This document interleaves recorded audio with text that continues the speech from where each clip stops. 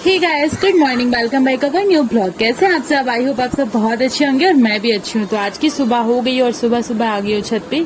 घर के ऊपर वाले काम थे, मतलब झाड़ू पोछा वो सब कर दिए थे और उसके बाद आ गई थी छत पे कपड़े डालने, नहा धो भी लिया था।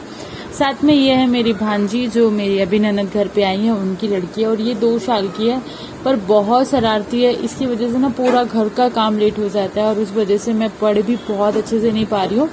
इसलिए मैंने सोचा कि आज से मैं जाऊंगी लाइब्रेरी, क्योंकि घर पे एक के बाद एक काम आ ही जाते हैं। इस वजह से मैं बिल्कुल भी नहीं पढ़ पाती हूँ और बार बार गौरी भी परेशान करती है। इसका नाम गौरी है और ओम भी कभी कभी परेशान करता है। फिर वो स्कूल जाता है तो मतलब पूरा टाइम टेबल ही समझ नहीं आ रहा है। मतलब इतना ज्यादा परेशान हो गई थी, ऐसा लग रहा था कि मैं कब पढूं। दिन के 2-3 घंटे भी निकालना इतना मुश्किल हो रहा है कि मैं काम करूं या खाना बनाऊं या सबको खाना परोस के दूं, उसके बाद बर्तन धोऊं या फिर मैं करूं क्या, मुझे बिल्कुल भी समझ में नहीं आ रहा है। तो मैंने सोचा कि इससे अच्छा मैं ओम को 12:30 बजे स्कूल छोड़ूं और उसके बाद मैं सीधी चली गई थी लाइब्रेरी, क्योंकि उसके बाद मुझे बहुत अच्छे से पढ़ाई करनी है। अगर मैं नहीं पढ़ूंगी तो फिर कहाँ से रिजल्ट अच्छे आने वाले हैं, बिल्कुल भी रिजल्ट अच्छे नहीं आएंगे। और अभी भी आप सुन रहे होगे कि मैं यहाँ पे वॉइस ओवर करी और यहाँ पे भी सारे बच्चे परेशान कर रहे हैं। मतलब तो मैंने करी सबसे पहले पूजा और उसके बाद आई किचन में, खाना पीना बनाया, सबको खिला भी दिया था।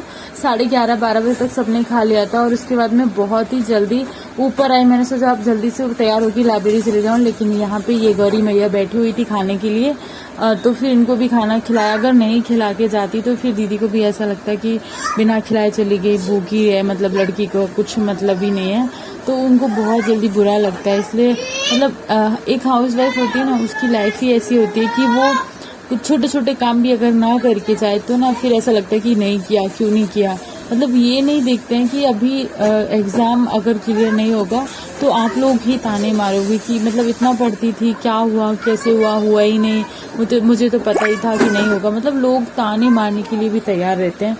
और फिर अगर आपका सिलेक्शन होता है तब आपका सपोर्ट करने के लिए सब होंगे, लेकिन अभी जब यहाँ पे ज़रूरत है मुझे सबकी, तो मेरा सपोर्ट 1% भी कोई भी नहीं कर रहा है। मुझे पता है कि मैं कितने मुश्किल से टाइम निकाल के पढ़ने के लिए बैठती हूँ। मतलब पूरे दिन में ऐसा लगता है कि मैं कब पढूं, कहाँ से पढूं, कितने टाइम पढूं।